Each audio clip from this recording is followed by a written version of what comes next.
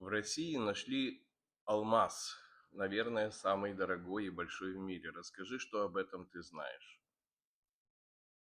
Недавно в России произошло историческое событие.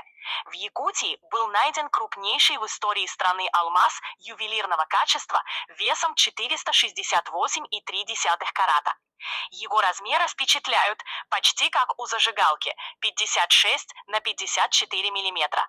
Алмаз получил название «80 лет Победы в Великой Отечественной войне», так как его обнаружение совпало с юбилеем. Стоимость этого уникального камня может достигать десятков миллионов долларов, хотя точная оценка пока не разглашается.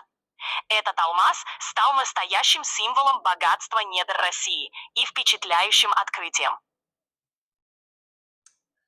Подписывайся, если хочешь знать больше интересного. Готово!